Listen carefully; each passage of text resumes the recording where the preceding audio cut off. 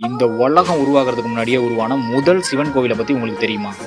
அதுவும் இது சாதாரண கோவில் இல்லை, பல அதிசயங்களும் மர்மங்களும் நிறைஞ்ச கோவில்.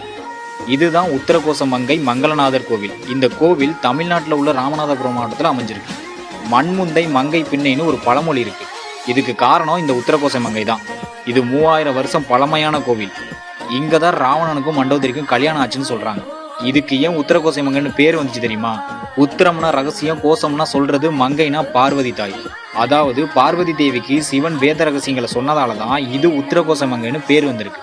இந்த கோவில்ல ஒரு பிக்கஸ்ட் மிஸ்ட்ரி இருக்கு. அது என்ன தெரியுமா?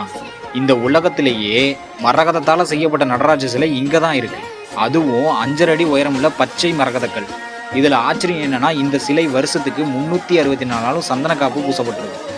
வருஷத்துல ஒரே ஒரு நாள் மட்டும் ஆருத்ரா தரிசனம், அதாவது மரகத நடராஜ ஜொலிக்கிறத பார்க்கலாம்னு சொல்றாங்க. இது வெறும் பக்தி மட்டும் கிடையாது, இதுக்குள்ள பெரிய அறிவியலே ஒளிஞ்சிருக்கு.